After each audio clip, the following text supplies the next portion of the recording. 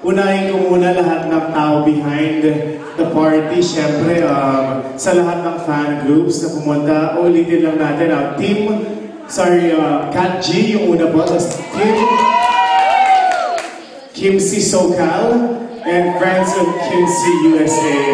Maraming salamat. Siyempre, magpapasalamat din kami kina Ate Luz, kina Dana, Max.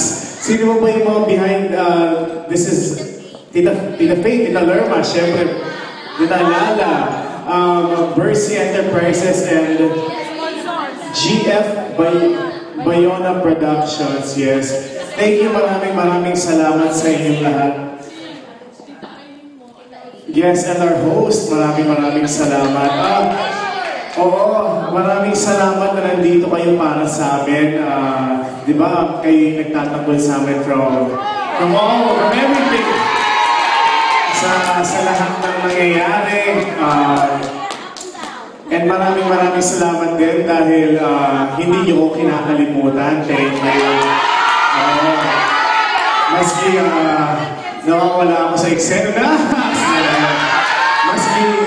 Maski, di ba, maski kahit ano man ang mangyari, maski magkaroon kami ni Kim ng separate projects, nandiyan pa rin kayo.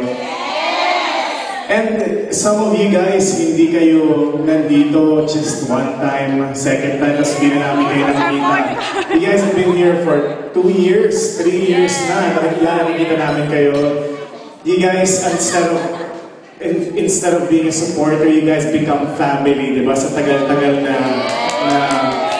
nakikita tayo, nagbabandi. So maraming salamat. Kahit ano man mangyari, mahal na mahal namin kayo. Separate projects man, o magsama man kami, kahit ano pong mangyari, we love you guys. And I hope you guys will stay forever.